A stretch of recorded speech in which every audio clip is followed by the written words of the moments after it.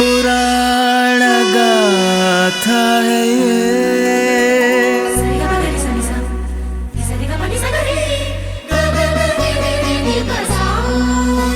सकल लोक सुख शांति कांति सब भक्ति भाव से संग रहे। मानव जीवन मुक्ति मार्ग नव जीवन से मिलती मुक्ति। वेद व्यास वेद दाताय विश्व विज्ञान विश्व गुरु। पुराण गाथा है ये, पुराण गाथा है ये, पुराण गाथा है ये, पुराण गाथा है ये।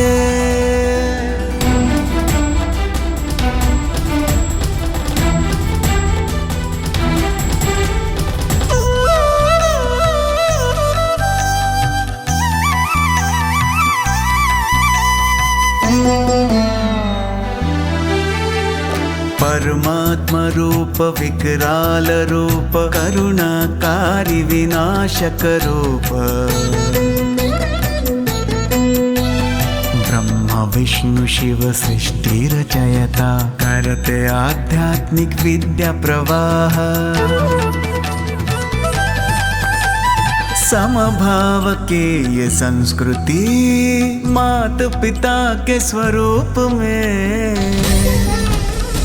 दशावतार ज्ञान संस्कार है देते यही हमारा पुराण युग।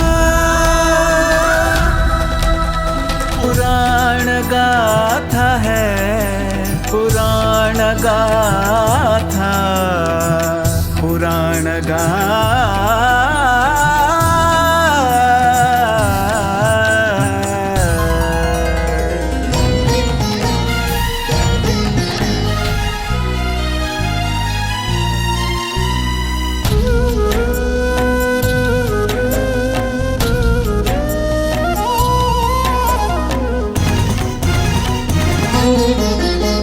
सकल युग उद्धार तुम्हारे अद्भुत महिमा त्रिदेव तू। महाभक्त को वरदान देता तू, ओ भोले शंकर तू।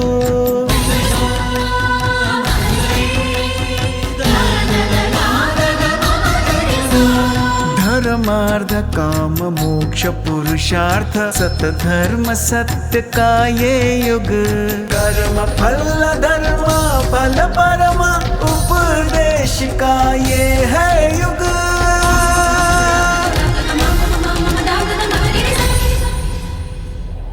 पुराण गाथा है ये, पुराण गाथा है ये, पुराण गाथा है ये।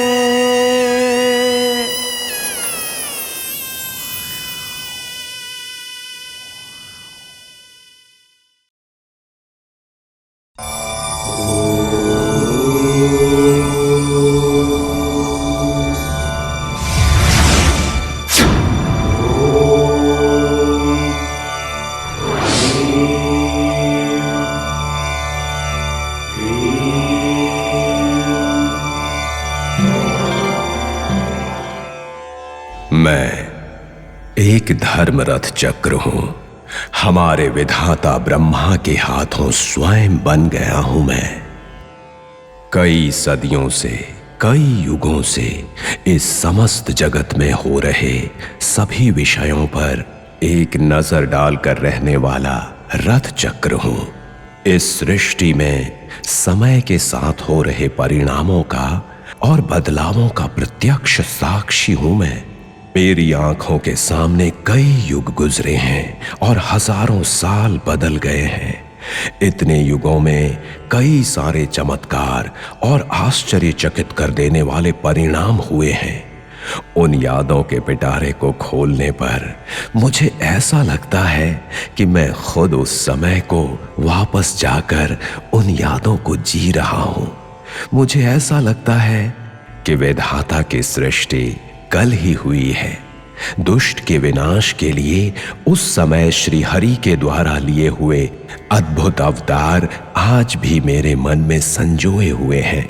भोले शंकर के वरदानों का गलत इस्तेमाल कर चुके असुरों का हाल आज भी डर फैलाता है। जगन माता की लीला विनोद विन्यास को याद करने पर मेरी खुशियां अंबर को छूने लगती हैं। सुरों के संग्रामों में कई आश्चर्य देखने को मिले हैं। अप्सराओं के साथ मुनियों की नोक झोंक आज भी आलोचना का विषय है। तो ये है हमारी कथा, ये है हमारी कविता। हर एक कथा एक अद्भुत दृश्य काव्य है। हर कथा एक नई क्रांति को जन्म देती है। इन अद्भुत और आश्चर्य से भरी कथाओं को सभी को बांटने की मेरी आकांक्षा का प्रतिरूप है ये पुराण गाथा। वेद व्यास के प्रिय शिष्य और पुराणों के ब्रह्मा सूत महर्षि का यहाँ आना मेरे लिए बहुत खुशी की बात है, क्योंकि उनके द्वारा मेरी आकांक्षा पूरी होगी। आप सभी को वे महत्वपूर्ण कथाएं इन्हीं के द्वारा सुनवाऊंगा। उनके आने के इंतजार में सुंदरता से भरे नैमिषारण्य में शौनक मुनि के आश्रम में आपको लिए चलता हूं।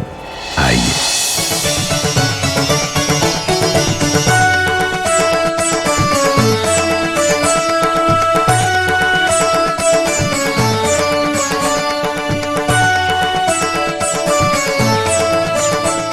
इसी नैमिषारण्य में शौनक मुनि का आश्रम है। सूत महामुनि के यहाँ आने का समाचार यहाँ के मुनियों को पता चला है, इसीलिए उनके स्वागत के लिए ये सारी तैयारियां की जा रही हैं।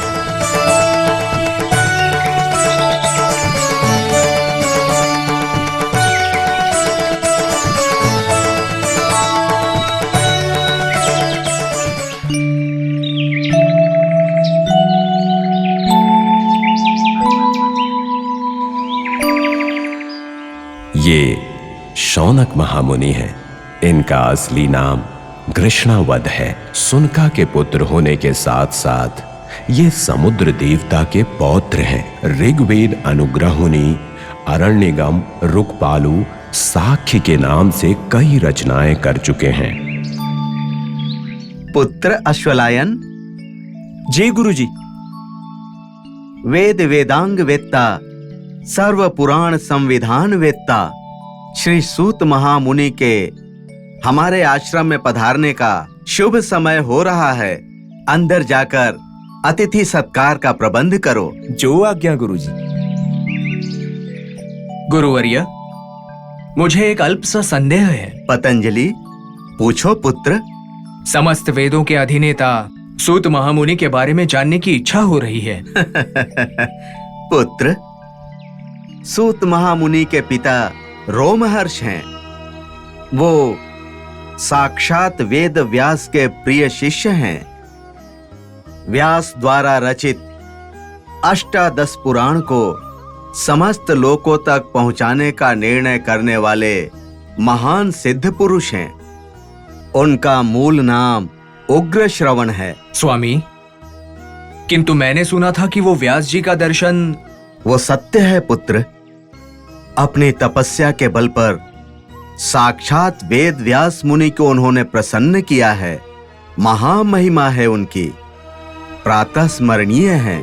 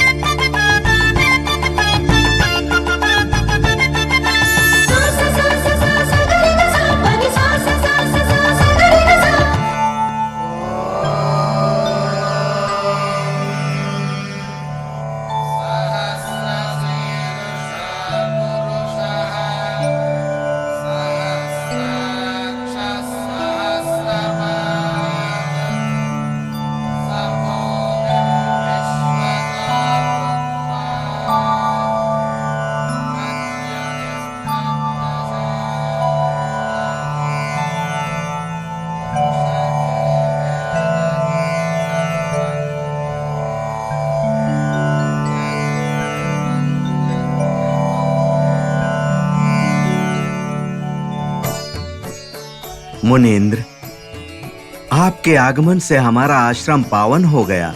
पधारिए मुनिवर, पधारिए।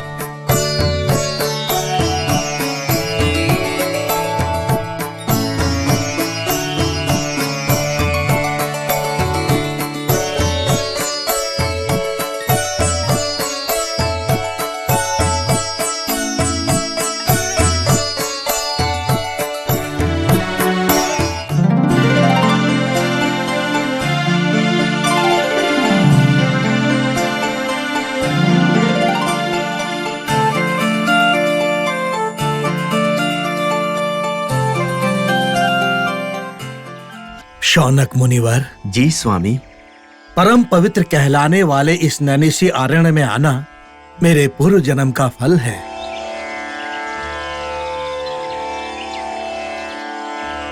साक्षात ब्रह्मदेव के आशीर्वाद के साथ बने आश्रमों को देखना मेरा परम सौभाग्य है मुनिवर। मुनिवर, इस आश्रम के वातावरण में इतनी प्रशांतता है कि मुझे हिमालय के हमारे महा आश्रम की स्मृति दिला रहा है। धन्य हो गया मुनिवर। मुनिवर, बहुत विलंब हो गया है, भोजन भी तैयार है। आइए स्वामी, आइए। अवश्य।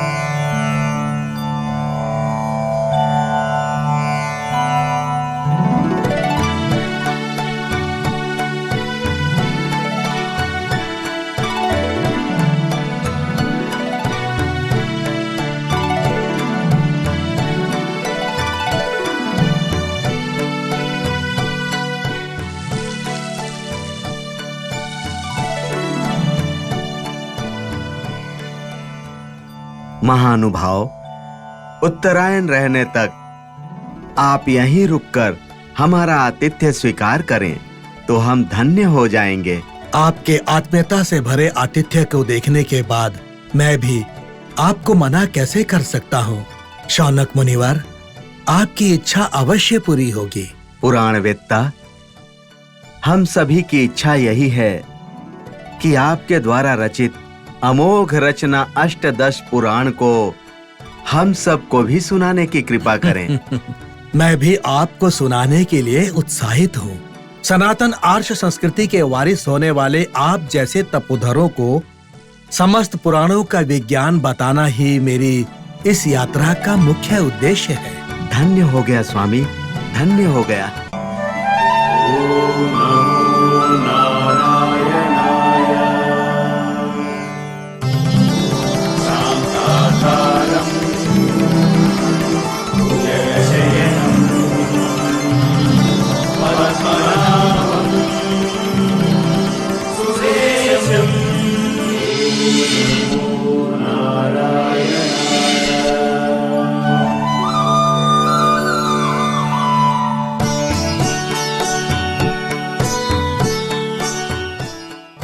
नारायण नारायण। लक्ष्मी नारायण को मेरा प्रणाम। क्या खबर लाए हो नारद? परमधामा, आपके बिना जाने इस संसार में कुछ होता है क्या? ऐसे भोले बनकर मुझे नई खबरों के बारे में पूछ रहे हैं आप? नारद, तुम हो ही त्रिलोक के ज्ञानी, त्रिलोक संचारी भी हो। श्री हरि को सब कुछ पता होने के पश्चात तुम्हारे मुंह से सुनना अच्छा लगता है। हाँ माता, ये सच है। मेरे मुंह से सुनने पर तो अच्छा लगता है, किंतु मेरे कहने के बाद नारद की वजह से ही सब समस्याएं हो रही हैं, ये कहकर कुछ लोग मुझ पर ही इल्जाम लगा रहे हैं। नारद, कार्यकर्ता आरोप के डर से चुप रह गए तो अद्भुत कार्य नामुमकिन हो जाएगा। मतलब क्या मैं समस्याओं का कारण हूँ क्या? आप भी वही कह रहे हैं? नारद, स्वामी के कहने का अर्थ है कि तुम कार्य करता हो। ओह वैकुंठ स्वामी, आपसे बात करने पर मेरे मन को बहुत आनंद मिलता है। आज तक मेरे मन के किसी कोने में थोड़ा दुख था। किस बारे में नारद? हाँ, कुछ नहीं भगवान, बस यही कि मैं सच में समस्या से अपना पेट भरता हूँ या फिर बिना जाने समस्या का कारण बन जाता हूँ। तुम सच में समस्या का कारण हो, परंतु तुम्हारा हर कार्य लोक कल्याण के लिए है, तुम्हारा पेट भरने के लिए नहीं। हे माधव, मेरा दुख यही है कि सारे लोकवासी मुझे आपके जैसे समझते ही नहीं है। नारद, तुमने ये सुना होगा कि लोग कौवे के समान होते हैं। उनकी बातों पर ध्यान देने से मानसिक क्षोभ और मनोव्याध के अलावा कुछ नहीं होता है। आपने सत्य कहा है माता, आज से मैं किसी की बात पर ध्यान ही नहीं दूंगा। किंतु क्या बात है नारद? जो बोलना चाहते हो बोलो। हे केशव, लोगों पर और उनकी बातों पर ध्यान नहीं दूंगा, इतना तो मैं कर सकता हूँ। किंतु कभी कभी कई जगह कुछ दुख भरी घटनाएं हो रही हैं। सबसे ज्यादा जिनका मैं निरंतर जाप करता हूँ उन श्रीमान नारायण की, उनका अपमान करने वाली बातों को मैं बर्दाश्त नहीं कर सकता, कदापि नहीं। वो सब बीती हुई बातें हैं, वो घटना अब दोबारा नहीं होगी नारद मुनि। तुम्हें दुख पहुंचाने जैसी परिस्थिति अब नहीं आएगी। स्वामी, ऐसे घटनाओं की परिस्थिति अब आई है। मेरी चिंता तो बस स्वामी के अपमान के बारे में ही तो है।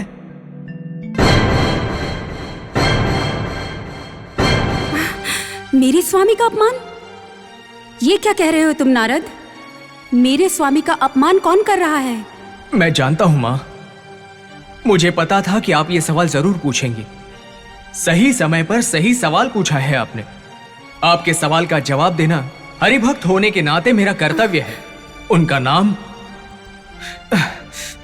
सूत महामुनि है। क्या? सकल वेदों के ज्ञानी, पुराण रचयिता, ज्ञान ब्रह्मा सूत महामुनि हमारा अपमान कर रहे हैं? मुझे सुनने में आश्चर्य हो रहा है। होगा ही स्वामी, आपको आश्चर्य होगा ही। अब तक आपका किसी ने अपमान नहीं किया है ना, इसलिए आश्चर्य होगा ही। किंतु मेरे स्वामी का अपमान किया जा रहा है, यह सुनकर मुझे बड़ा दुख हो रहा है। नारद, तुम्हारी बातें स्वामी को ही नहीं, मुझे भी समझ नहीं आ रही है। माता, आपको समझ में नहीं आ रहा है तो ठीक है, किंतु जगत नाटक सूत्रधारी स्वामी को भी समझ में नहीं आ रहा है। मतलब ठीक है, समझ में आए या ना आए, बताना मेरा कर्तव्य है। तुम्हारे मुंह से सुनने को स्वामी तरस रहे हैं। वैसे तुम्हें ये भय तो नहीं लग रहा कि वो स्वामी का अपमान करेंगे? माता, दक्षिण देश की यात्रा के भाग में ये सूत महामुनि नैनिशी अरण्य में शौनक मुनि के आश्रम में जाकर उनकी इच्छा के अनुसार अष्टादश पुराणों का पठन करने वाले हैं। पुराणों का पठन श्रवण करना अच्छा ही तो है। हाँ, अच्छा है ना स्वामी, मैंने कब मना किया है। किंतु अगर उस सूत महामुनि ने आपके पुराणों के अलावा ब्रह्मा जी के या शिव जी के पुराणों से प्रारंभ किया तो मेरा क्या होगा? किसके पुराणों से प्रारंभ हुआ उससे क्या होगा?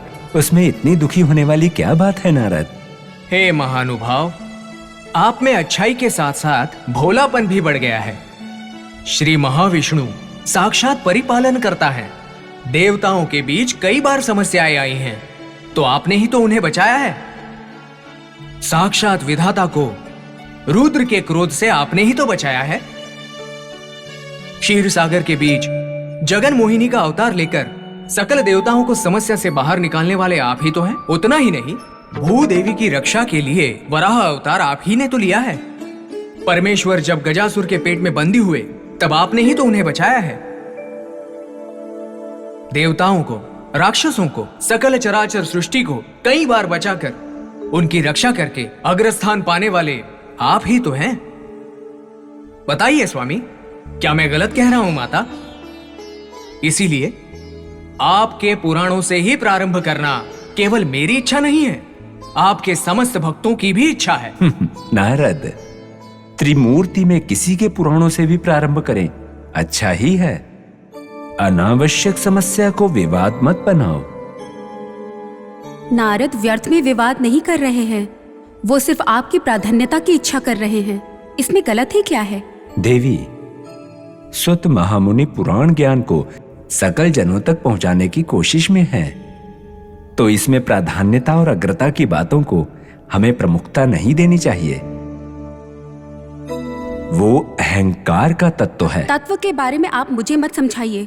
उस सूत महर्षि को सबसे पहले विष्णु पुराण से ही पुराण पठन का कार्य प्रारंभ करना चाहिए। हे माधव, अब मुझे और कुछ कहने की जरूरत नहीं है। अब जो भी होगा आपकी दया प्राप्ति है। तो अब मुझे आज्ञा दीजिए भगवान। नारायण नारायण।